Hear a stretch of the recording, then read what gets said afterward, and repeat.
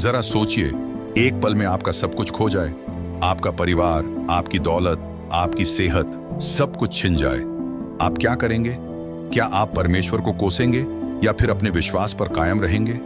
आज हम एक ऐसे व्यक्ति की कहानी जानेंगे जिसने बेतहाशा दुख का सामना किया, लेकिन कभी भी अपने विश्वास को नहीं छोड़ा।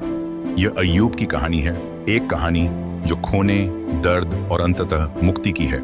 इससे पहले कि हम विश्वास की इस अद्भुत यात्रा को शुरू करें, हमारे चैनल बाइबल की कहानियों को सब्सक्राइब और वीडियो को लाइक करना ना भूलें, ताकि आप कोई भी बाइबल की कहानी मिस न करें। तो चलिए शुरू करते हैं। अय्यूब अपने समय के किसी आम आदमी की तरह नहीं था। वह उज्ज नामक देश में रहता था। अय्यूब एक धनवान व्यक्ति था जिसके पास बड़े बड़े मवेशियों के झुंड थे, खूब सारे सेवक और एक बड़ा परिवार था। अय्यूब अपनी सच्चाई, धार्मिकता और परमेश्वर के प्रति गहरी भक्ति के लिए जाना जाता था। अय्यूब केवल धन में ही आशीषित नहीं था, वह एक बड़े विश्वास वाला आदमी था। वह परमेश्वर से डरता था और बुराई से दूर रहता था। उसका दिल साफ था और उसके पास जो कुछ भी था उसके लिए वह परमेश्वर का आभारी था।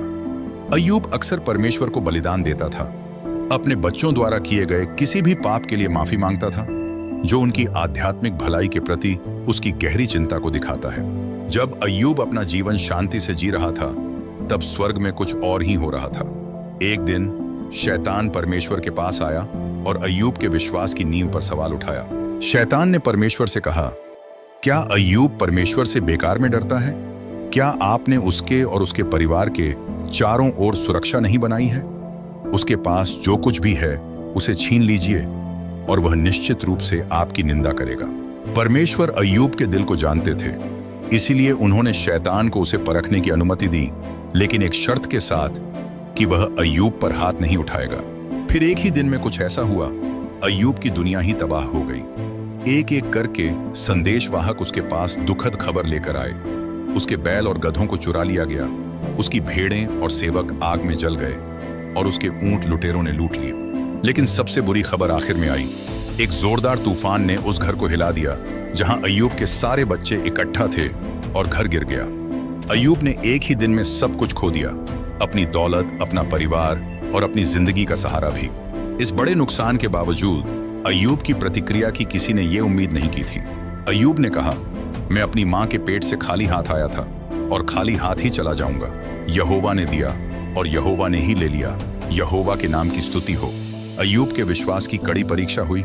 उसने सिर्फ अपनी संपत्ति ही नहीं खोई, बल्कि अपने बच्चों, अपनी सेहत और समाज में अपनी प्रतिष्ठा भी खो दी। फिर भी इन सब के बावजूद वह अपने विश्वास पर कायम रहा। फिर अय्यूब के दोस्त एलीपहाज, बिल्दद और सोफर उसे दिलासा देने आए। वे 7 दिनों तक उसके साथ चुपचाप बैठे रहे, साथ में शोक मनाते रहे। वे अय्यूब के दुख की गहराई को नहीं समझ पाए और न ही इसके पीछे का उद्देश्य जान सके। एक दिन एलीपहाज ने अय्यूब से कहा, जरूर तुमसे कोई पाप हुआ होगा, बिना कारण कोई इतना दुख नहीं झेलता। लेकिन अय्यूब अपनी बेगुनाही पर अड़ा रहा। उसने ऐसा कुछ भी नहीं किया था जिससे वो यह दुख झेले, इसलिए वो परमेश्वर से जवाब चाहता था। अय्यूब के अटल विश्वास से निराश होकर शैतान फिर से परमेश्वर के पास गया। इस बार उसने अय्यूब की सेहत पर हमला करने की अनुमति मांगी और एक बार फिर परमेश्वर ने उसे परीक्षा की अनुमति दे दी, लेकिन अय्यूब की जान लिए बिना। अय्यूब का दुख और बढ़ गया। उसके शरीर पर सिर से पांव तक दर्दनाक फोड़े हो गए। उसकी पत्नी ने उसकी तकलीफ देखकर उसे हार मानने के लिए कहा। अय्यूब की पत्नी ने उसे कहा, क्या तुम अब भी अपनी ईमानदारी पर कायम हो? परमेश्वर को श्राप दो और मर जाओ। लेकिन इस दर्द के पल में भी अय्यूब ने परमेश्वर को श्राप देने से मना कर दिया। उसने जवाब दिया, क्या हम परमेश्वर से सिर्फ अच्छा ही लें और मुसीबत नहीं?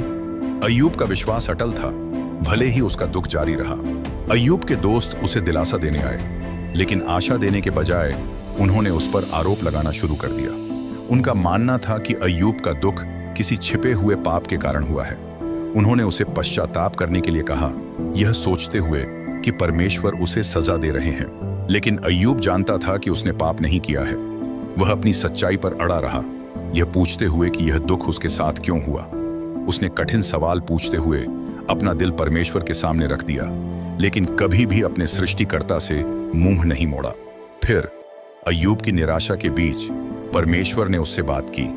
तूफान के द्वारा परमेश्वर ने अय्यूब से कहा, न कि उसके सवालों के जवाब देकर, बल्कि अपनी शक्ति की गहरी याद दिलाते हुए।